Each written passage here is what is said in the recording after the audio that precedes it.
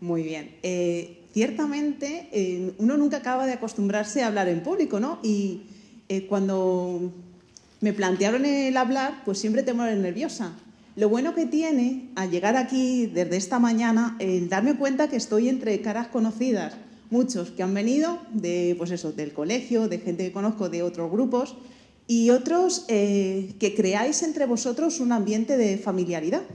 Y eso hace muchísimo.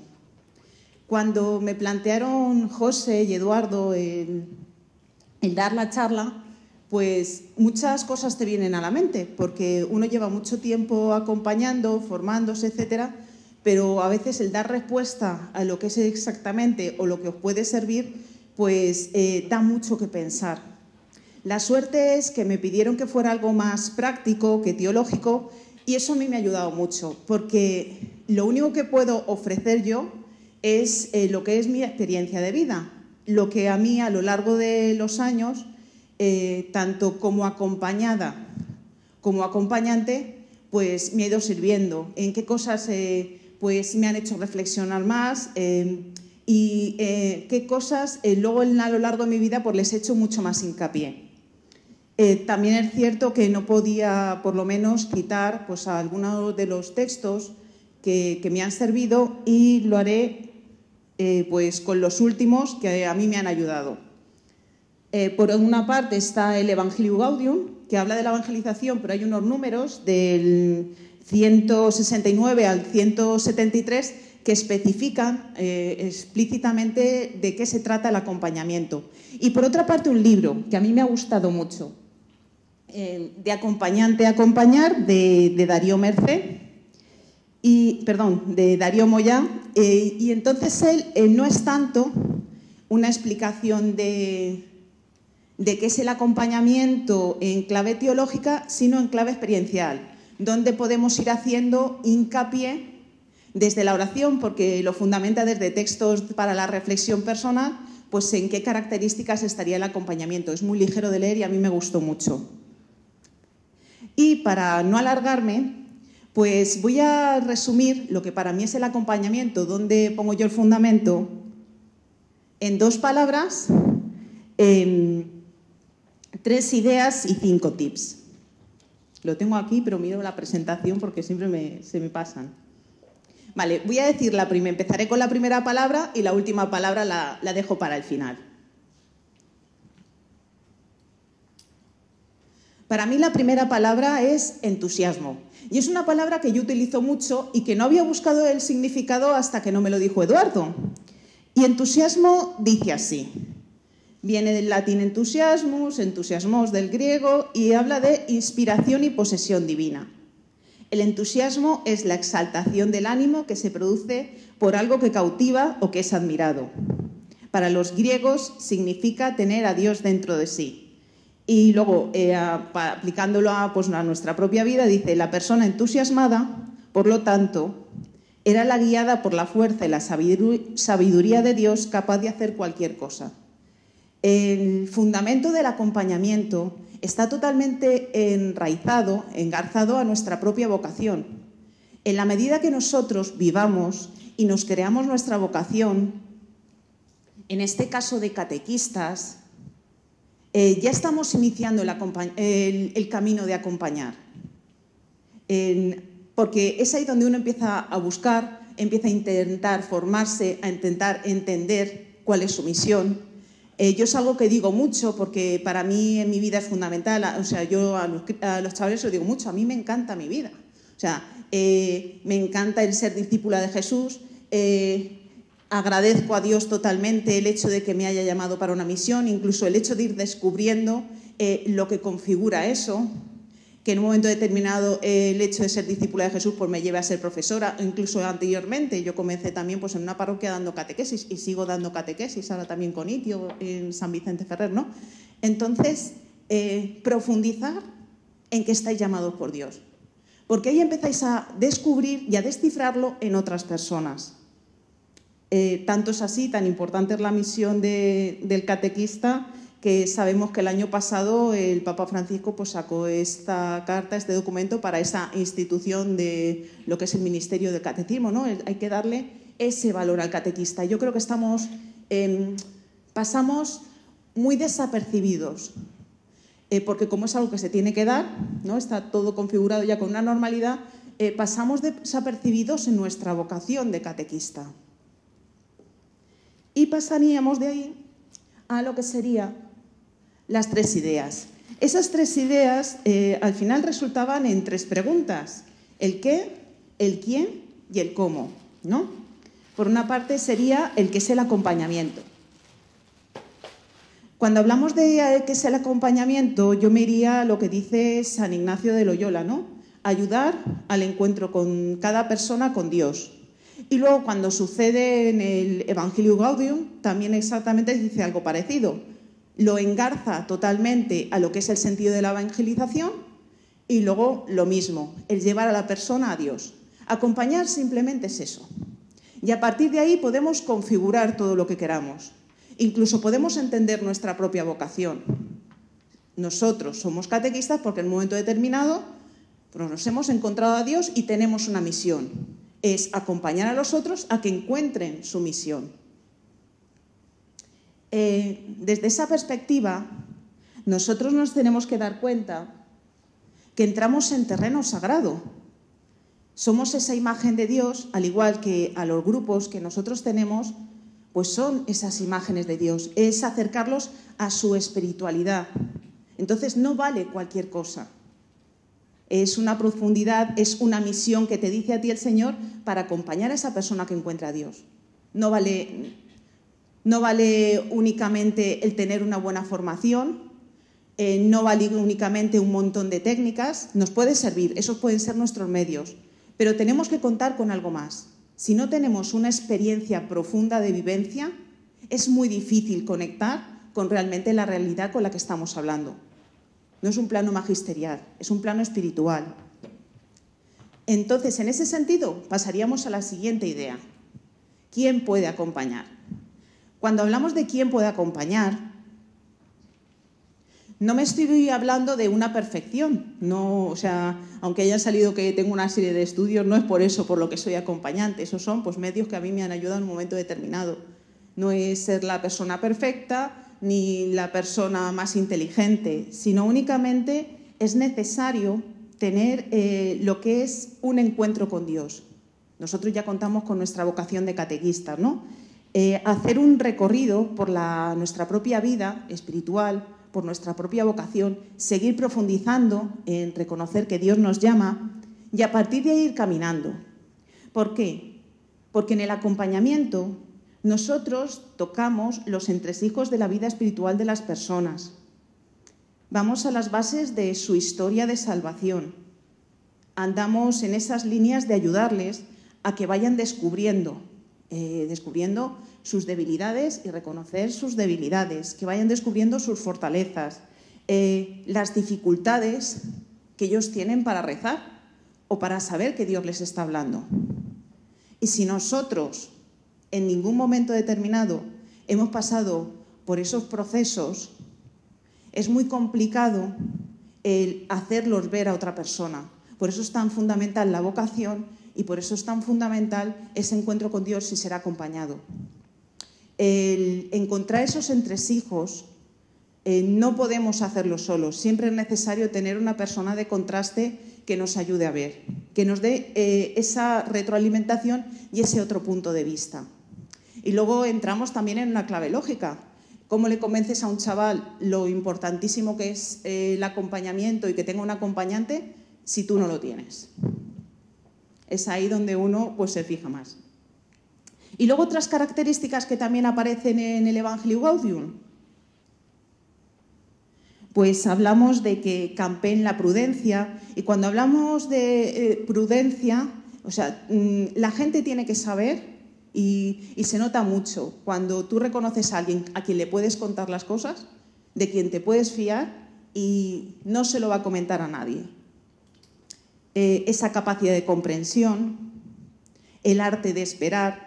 Y para mí el arte de esperar fue una revelación porque uno tiene que repetirse constantemente que una cosa son tus ritmos, lo que tú ves y lo que tú tienes clarísimo, y otra cosa es el ritmo de los chavales.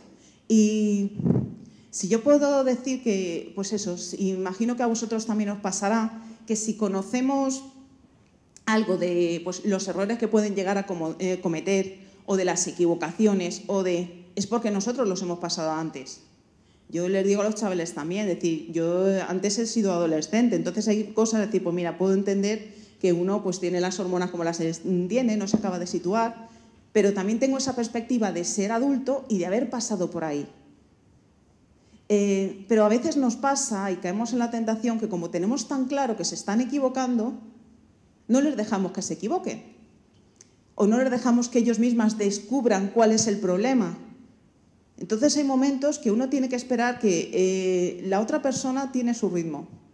Y con las personas a las que acompañamos, pues nos sucede mucho eso. Es decir, uno se está mordiendo la lengua constantemente, decir, es que se va a equivocar y va a meter la pata en no sé qué. ¿Y cómo no se puede dar cuenta de esto que es tan claro? ¿No? Pues tenemos que esperar a que él se dé cuenta. Luego también estaría el tema de la docilidad del espíritu, que va muy relacionado. Que aunque nosotros tengamos muy claro algo, igual el Señor no quiere eso. O sea, nosotros no acompañamos solos. Nosotros acompañamos porque Dios está con nosotros y porque Él nos va guiando el camino. Continuamente uno le va presentando al Señor, ¿no? Y yo muchas veces en la oración pues le vas presentando a tus chavales, digo, mira, tengo a este, está haciendo tal. Y puede que en un momento determinado tú creas que tiene que hacer algo, pero el Señor no quiere que vaya por ahí. Hay que respetar mucho los ritmos y hay que estar muy atento al Espíritu Santo. Por eso es tan importante pues también esa oración. Y luego pues lo que para mí es fundamental en todos los sentidos, el saber escuchar. Y escuchar no es oír, escuchar es entrar en el interior de la persona, intentar entender lo que te está diciendo, ver su realidad. Yo, afortunadamente, a partir de ejercicios espirituales te enseñan a hacer muchos ejercicios de visualización y no los suelo utilizar únicamente para temas de oración, la lectura de los evangelios y visualizarlo, sino también para intentar ver la realidad de lo que me está diciendo. Nosotros normalmente escuchamos desde nuestra visión de las cosas, pero es muy complicado escuchar desde la visión de lo que te está diciendo, de su estructura, de su relación con los amigos, de la situación familiar que tiene, ¿no? Intentar ver lo que te está diciendo. Y escuchar tiene mucho de eso, tiene mucho de ver su realidad. Y con la escucha, pues yo pensaba también en dos tipos de peligros. ¿Qué es lo que pasa cuando no escuchamos totalmente? A mí es una de las cosas que me planteo mucho, ¿no? Lo primero, el quitarles la oportunidad de que ellos vean dónde está el problema. Muchas veces cuando estamos escuchando nos da la tentación de decirles, es que tal, tal y tal. Pero igual es necesario que que la otra persona vea dónde está la situación y dónde está el problema. Y luego, por otra parte, cuando respondemos muy rápido, nos perdemos todo lo que es la situación. Nos quedamos en la acción en sí y no vemos el por qué ha llegado esa acción, qué planteamientos tiene sobre la misma. Entonces, escuchar, o sea, yo siempre intento que cuando estoy hablando con un chaval, con un joven, soy muy lenta en intervenir. Me gusta esperar, incluso a veces se crean vacíos de silencio porque no me quiero adelantar a decir nada. Y cuando digo no va tanto en lo que deberías hacer, sino en preguntarle para aclararme yo de lo que me está diciendo. Acompañar, luego iré a la siguiente idea, haciendo referencia a eso. Pero la escucha para mí es fundamental. Y en la tercera hablaríamos de indicadores, el cómo. ¿Cómo saber si estamos acompañando? Cuando hablamos de si estamos acompañando o no, tenemos que ir realmente a la traducción de lo que es un acompañamiento espiritual. Pues es de una gran tradición judio-cristiana desde siempre y hablamos a la espiritualidad de la persona. Acompañar no es un simple desahogo de la persona, ¿vale? En muchas ocasiones nosotros en el despacho, tanto el padre Miguel y yo, pues te viene alguien porque de repente le ha surgido un problema y te viene a contarlo porque necesita un espacio. Y en épocas de exámenes el despacho siempre está lleno y normalmente no nos hablan de exámenes, nos hablan de un montón de cosas, que es cuando uno está pues más tenso. Pero eso no es acompañar, eso es un medio que nosotros podemos utilizar. Igual que acompañar no es dar consejo, también podemos utilizarlo como medios. Todo lo que tengamos en nuestra mano de utilizar como medios podemos utilizarlos. Pero acompañar no podemos perder lo que es la definición. O sea, acompañar es llevar a la persona a Dios. Un medio que utilizamos, pues una primera escucha. Tipo, mira, estamos creando un clima de acogida, nos estamos escuchando y eso me puede llevar de lo que es trampolín para otra cosa más. Pero no nos podemos quedar en eso diciendo lo que es acompañamiento. Son medios. Y además que están muy bien y que son muy viables.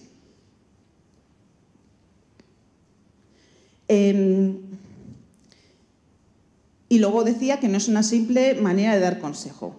Hay que tener siempre presente lo que os estaba comentando, que tenemos que llevar a la persona a lo que es el modelo de vida, que es Jesucristo, y desde ahí ir buscando su vocación.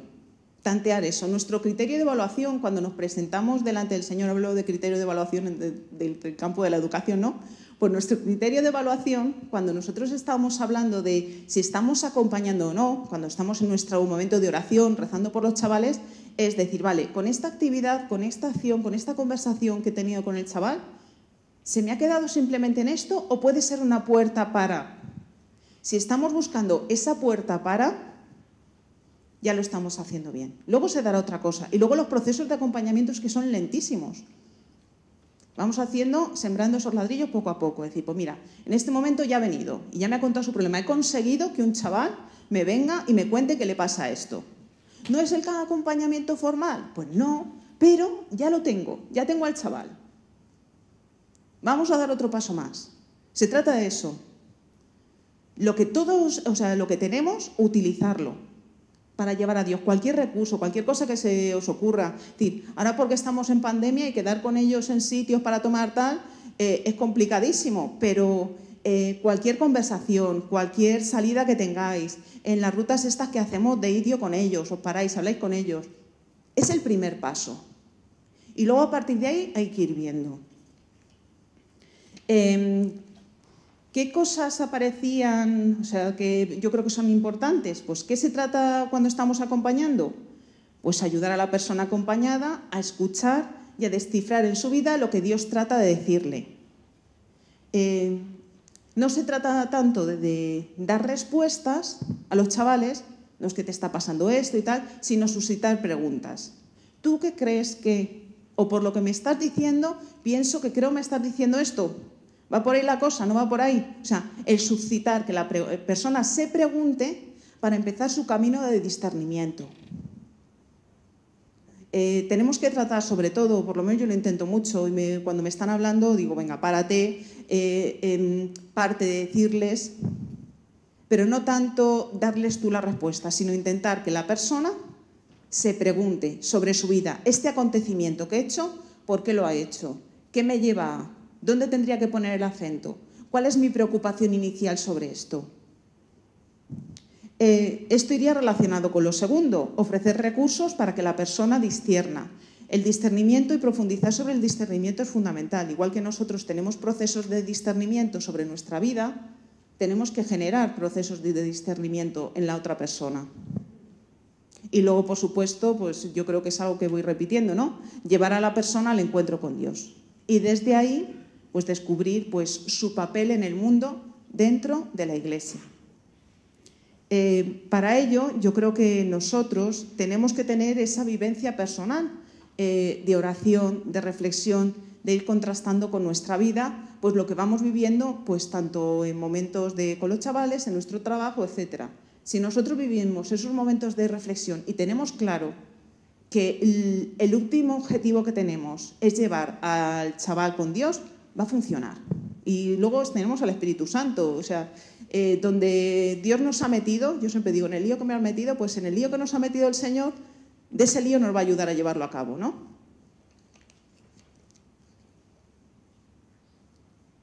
Y iría ya pues, a esos 5 tips, esos aspectos que a mí me han ayudado más pues, a la hora de ir llevando lo que es el acompañamiento.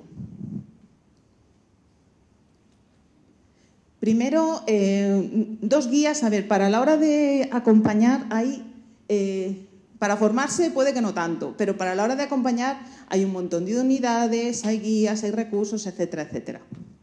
Dos que son las que yo más he utilizado y utilizo son el ver la vida como historia de salvación y lo que es un proyecto personal de vida, que es en lo que estamos trabajando en el colegio. Pues, bueno, yo llegué hace 8 años, me estaba diciendo ahora Trini, y este sería mi 8º año, y llevan en el colegio pues muchísimo tiempo más, ¿no? Y profundizando en eso, en cómo hacer ese proyecto personal de vida. Pues en lo que es plantear la vida como historia de salvación, sería lo siguiente, es crear una línea cronológica, primero bibliográfica, ¿no? Lo que es una línea del tiempo, pero de tu propia vida. Entonces, en esa línea del tiempo, pues poniendo todos los acontecimientos que son importantes para tu vida. A mí en momentos me ha tocado hacerlo en varios cursos y personalmente me gusta retomarlo de vez en cuando, ¿no? Entonces, en esa línea del tiempo pones todo lo que se te ocurra.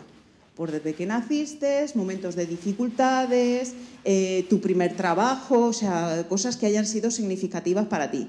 Primero desde esa parte humana. A partir de tener esa parte humana, pues te da esa visión retrospectiva de quién eres, incluso te puede ayudar a ver quién quieres llegar a ser, ¿no? Con todo eso que vas ido descubriendo a lo largo de tu vida, hacia dónde te lleva eso. Y luego el traspolarlo a la parte espiritual e ir descubriendo poco a poco, pues Dios cómo ha ido interviniendo en esa historia personal. ¿Qué es lo que estoy haciendo yo ahora? También lo hago con los chavales de catequesis, esto lo utilizo más con grupos de catequesis, es equipararlo a lo que es la historia de salvación, que Dios se va haciendo presente, pero específicamente me gusta mucho equipararlo a lo que es la vida de Jesús. Siempre hacemos esa contraposición de, pues nosotros nacimos, mira, Jesús también nació, y luego dices, pues mira, ¿cuándo nació Jesús? Y entonces empezamos a hablar de cosas. Pero empiezan a darse cuenta que hay muchas características que nos podemos equiparar a la vida de Jesús. Y llega un momento determinado, claro, ellos acaban su historia pues, con 15 años, 16, 17, 18, y empiezan a ver la continuidad de la vida de Jesús con lo que hizo, ¿no? Él tuvo su misión, cuál era su misión, etcétera, etcétera. Y desde ahí, pues empiezo a cuestionarlos de cuál es su misión en la vida. Entonces, no solo trabajamos esa equiparación a la historia de Jesús desde esa parte hombre, sino que también les pongo en la pregunta de hacia dónde vamos a ir a caminar nosotros, cuál va a ser nuestra misión que nos ha pues, pedido Dios, etcétera. Y a mí la verdad es que es algo que me gusta mucho porque me da mucha visión retrospectiva e incluso genera en mi persona, o intento también que genere en los chavales esa memoria agradecida. Cuando uno va descubriendo en su vida todas las intervenciones de Dios, pues lo único que le queda es ir generando esa memoria agradecida. Sería así, pues una línea del tiempo, puedes poner fotos, se puede poner lo que se quiera. Y lo segundo sería lo que es un proyecto personal de vida. Que el análisis que se hace con el proyecto personal de vida no es tanto esa visión desde que nacemos, sino una visión global de cómo estoy ahora. Se trata de ver quién eres, a lo que estás llamado y cómo potenciar cuáles son tus características para llegar a esa persona a la que tú estás llamado. Por supuesto que lo hacemos en base del modelo es Cristo. Todo lo que vamos trabajando, nuestro modelo a seguir es Cristo. Vale, lo he puesto de esta manera porque me es más fácil. El cuadernillo comporta la estructura parecida a esta, pero va por trimestres. Pero lo he puesto en final y así me es más fácil que lo veamos. Normalmente uno por trimestre se va marcando una serie de objetivos. Hasta el año pasado lo trabajábamos en función de dimensiones de la persona. Cómo estoy en mi estudio, en mi trabajo, cómo estoy en mi relación con mis compañeros, cómo estoy con mi familia, cómo estoy en mi vida de oración, en mi tiempo libre. Entonces el alumno se iba viendo, haciendo un análisis, una evaluación de cómo estaba con respecto a esas dimensiones, y de ahí iba sacando sus propios objetivos. Es decir, pues mira, en mi relación con los compañeros pues necesitaría escuchar más. Pues el objetivo de este año va a ser, de este trimestre, perdón, será escuchar. Y en el escuchar, ¿qué medios vas a poner? Porque no vale solo tener un objetivo, sino que tienes que marcarte tu medio. Es decir, pues ¿qué medio vas a poner? Pues para escuchar más. Pues mira, cuando esté con tal amigo no voy a tener el móvil encendido. Eso es un medio. Marco un objetivo, marco un medio y luego tiene una evaluación. Este año modificamos lo que fue la metodología de cómo hacer el proyecto personal de vida. Sobre todo a raíz de la pandemia y viendo la importancia que era que el alumno encontrase su equilibrio. Ya sabemos lo que ha supuesto pues, estos años de confinamiento y ya sabemos también el empuje que ha tenido las redes sociales para los chavales al estar tantas horas en casa encerrados. ¿Qué es lo que supone? Que su perspectiva del mundo pues ha cambiado. Y a la hora de profundizar, a la hora de interiorizar muchas cosas, pues no les ha dado tiempo a asumirlo. Igual que a nosotros nos ha costado y nos sigue costando pues, asumir muchas cosas, como es que fallezca tanta gente, como es que el hecho de estar encerrados, como es que... Entonces, lo que tratábamos este año es intentar recuperar ese equilibrio y lo dividíamos en lo que es el cuerpo, el alma y el espíritu, definiéndolo, a qué nos referimos con cuerpo, a qué nos referimos con alma y a qué nos referimos con espíritu. Desde ahí se hace ese análisis y se van marcando sus objetivos igual. A nivel de cuerpo, pues decir, pues mira, mis hábitos saludables, mis horas de sueño, ¿no? Con los chavales con los que estoy yo dando clase ahora, que son principalmente bachiller, el gran problema son las horas de sueño, la organización del tiempo y esa adicción a las redes sociales. Yo tengo alumnos que se tiran, no sé, hasta las 3, las 4 de la mañana con el móvil. Llega un momento determinado que por mucho que quieras al día siguiente no rindes, pero ellos tampoco lo ven, ¿no? Entonces el trabajar primero, no sé, el tema de las horas de sueño. ¿Un medio qué sería? Pues en vez de apagarte el móvil, no le voy a decir a las 10 de la noche porque no me va a hacer caso, pues en vez de a las 3 de la mañana y si te lo apagas a la 1, entonces ahí está la cuestión. Con respecto al alma, igual. Con respecto a lo que es el tema del espíritu, la vida de oración, lo mismo, te marcas unos objetivos, te marcas unos medios y, por supuesto, después de un tiempo, pues haces esa evaluación. Nosotros, cuando termina lo que es el curso, el cuadernillo, les presentamos esta tabla, tenemos una convivencia y aquí hacen exactamente lo mismo. Es decir, pues de cara a este verano, ¿cómo lo vas a vivir, ¿no? Yo siempre les digo que las vacaciones nos pasen como si no hubiera pasado nada, ¿no? Yo antes de cerrar el trimestre hablaba con los grupos que tengo de catequesis, con los alumnos, es decir, ¿qué vais a hacer estas Navidades? ¿Cuál va a ser vuestra planificación de Navidad para hacer algo distinto que dormir y estar pegado a las redes sociales? Entonces, el darles, por lo menos que se pregunten algo distinto. Y cosas muy sencillas. A nivel de oración, un compromiso de oración. Pues antes de ir a acostarte, 1 minuto pensando qué has hecho en el día. Normalmente no les digo por rezar media hora sobre de intentar buscar cosas sencillas para ir enganchándolos y a partir de ahí. Más cosas que me han servido a mí o que yo tengo en cuenta, el tema de la mirada. Hace unos años bastantes, pues hice lo que son los ejercicios ignacianos de mes y no me acuerdo el momento, porque hay veces, pues yo en esas cosas tengo muy mala memoria, no me acuerdo el momento, pero sí que me acuerdo lo que me viene a la mente, que era lo siguiente: solo vemos o únicamente vemos a la persona cuando la miramos a través de sus ojos. Yo normalmente a los chavales también les digo que la palabra empatía es la palabra más utilizada en definición, pero a la hora de cumplirla es otra cosa muy distinta. Cuando tú estás acompañando a alguien, no se trata de lo que tú piensas, sino tratar de descubrir la vida del otro y el mirarlo desde su perspectiva. Es un poco lo que os decía antes con el tema de la escucha. Para mí es fundamental. O sea, creo que si en un momento determinado tenemos pues éxito en el despacho de pastoral, se le puede llamar éxito porque se acercan muchos chavales, vienen a contarnos, es porque se ha creado un clima de escucha. No somos los que tenemos las grandes respuestas, yo no tengo respuestas para las cosas y a veces la historia personal que te cuentan te descoloca muchísimo, solo te queda ponérselas en manos del Señor. Pero sí puedes ofrecer ese espacio de que la persona te pueda contar, que pueda sentirse escuchado y, por otra parte, que le ayudes a ver su propia experiencia de vida. Los chavales no te buscan, o por lo menos yo no he tenido esa experiencia, para que les solucione sus problemas. A mí normalmente, pues sí, que te cuenten algo, pues ha dado momentos determinados como desahogo, etcétera. Pero no, yo creo, para mí no esperan que yo les solucione todo lo que pasa en sus vidas. Pero sí que se acercan porque saben que es un espacio en que pueden contar contigo. Y luego, ¿de dónde partir? O desde dónde yo creo que habría que partir.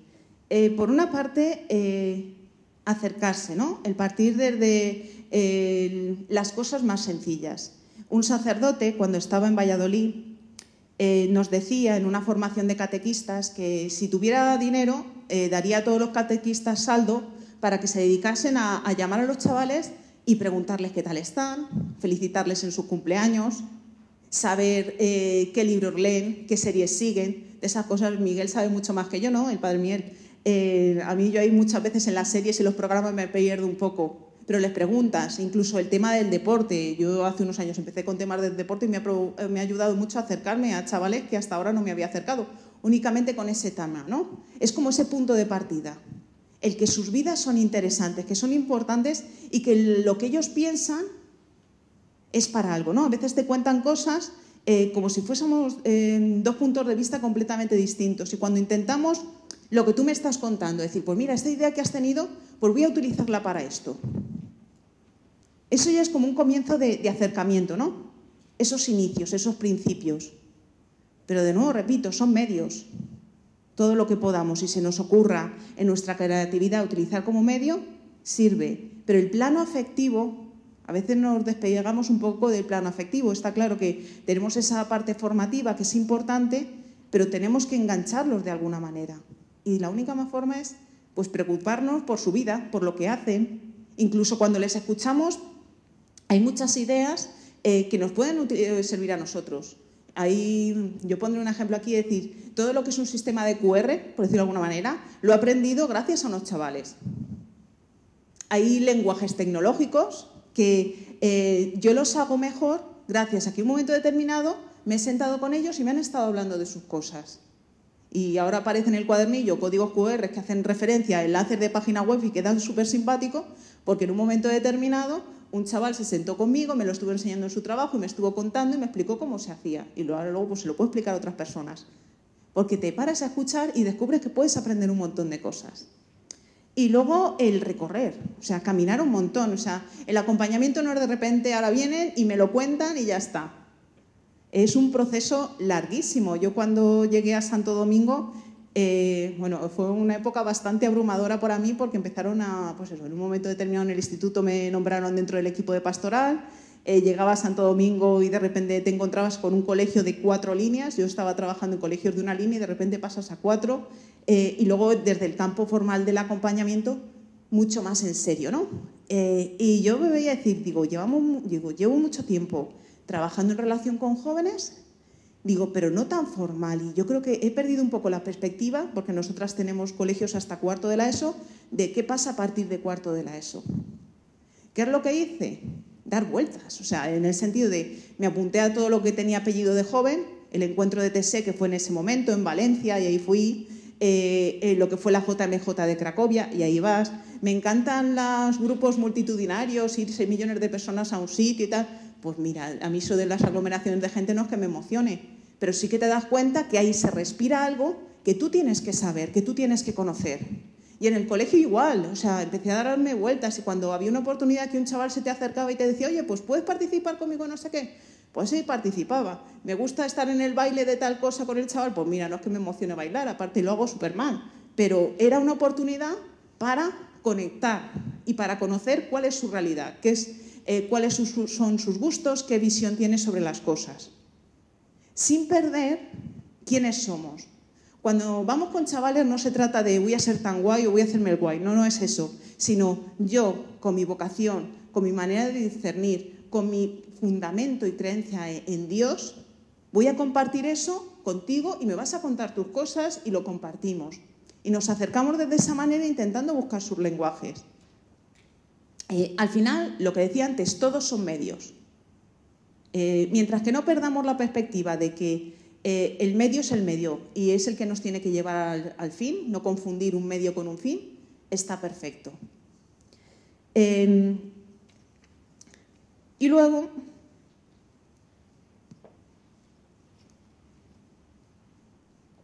el tema de la eclesialidad.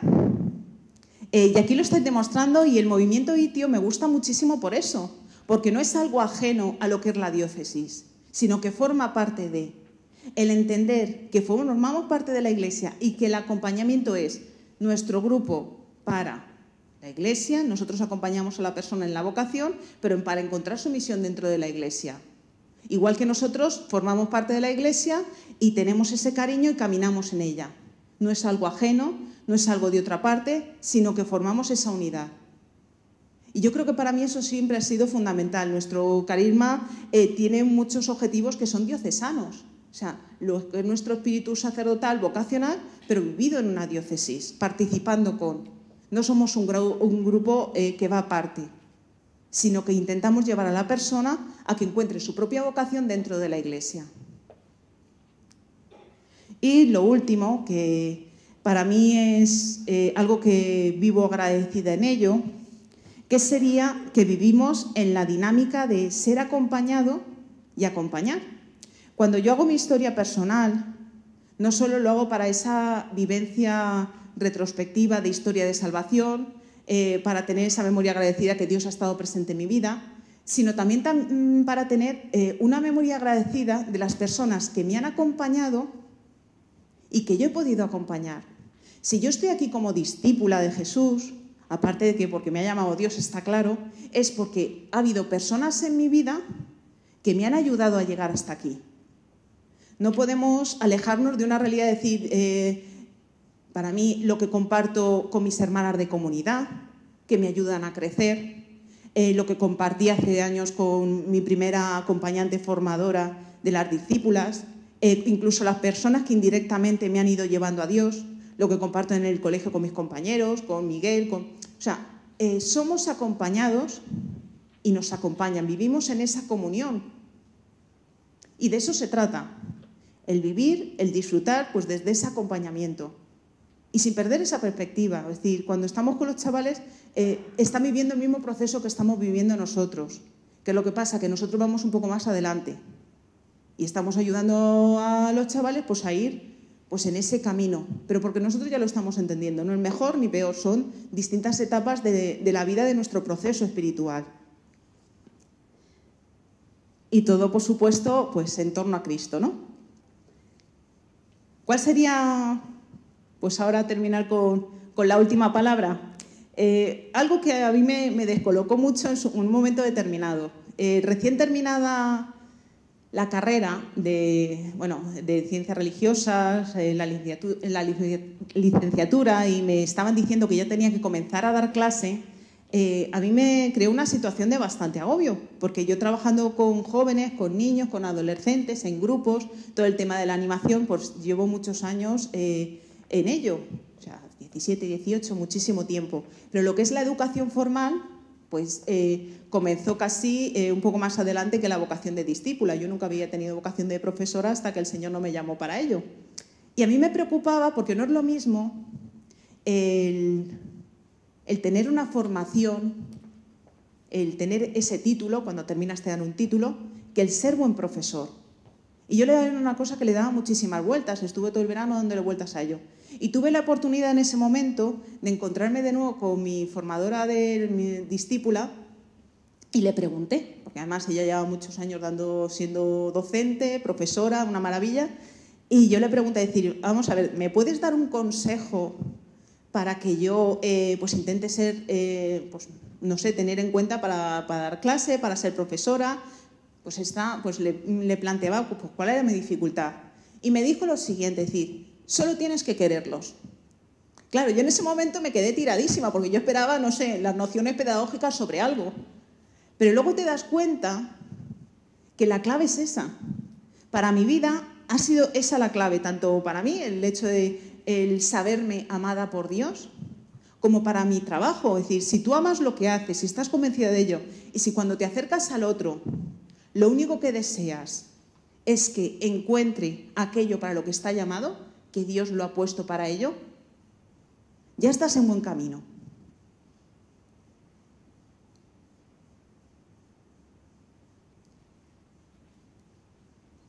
La clave es el amor. Luego me di cuenta, así leyendo cosas, que San Ignacio en los ejercicios decía exactamente lo mismo, ¿sabes? Llevarlos para amar. Pero para mí sería eso. Así que hasta aquí os puedo contar.